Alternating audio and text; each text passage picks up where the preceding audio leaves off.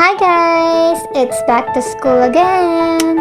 It's Brigada Week, so it's cleaning time! Let's go! Ngayong araw nga ay binisita natin ang classroom na naka-assign sa inyong lingkod.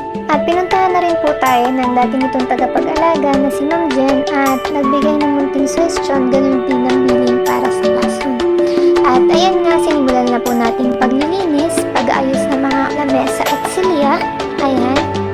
Pinarrange natin ng very light, pinagsama-sama ang magkakapantay ang mesa, at pinag-by-4 na rin natin since 38 lang yung students natin. Yun nga lang, mas marami yung boys kaysa sa girls, 25 boys versus 13 girls.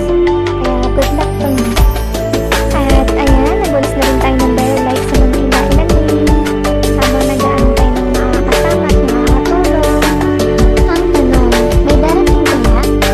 Huwag ka nang umasa girl dahil bago lang tayo dito, okay? At hindi ka pa nila kilala. Just work on your own way, okay?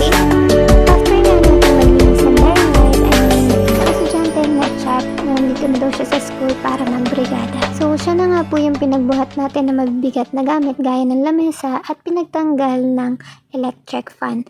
At yung isa naman pong yan na naka-red ang tumulong para punasan yung electric fan at gano'n na din tulungan ako maglipat ng ilang gamit. And then, umuwi na po sila.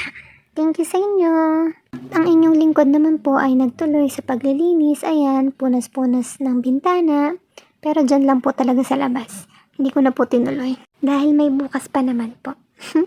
And by the way guys, ito nga pala ang unang pagkakataon na magkakaroon ako ng advisory class. Kaya good luck talaga sa akin.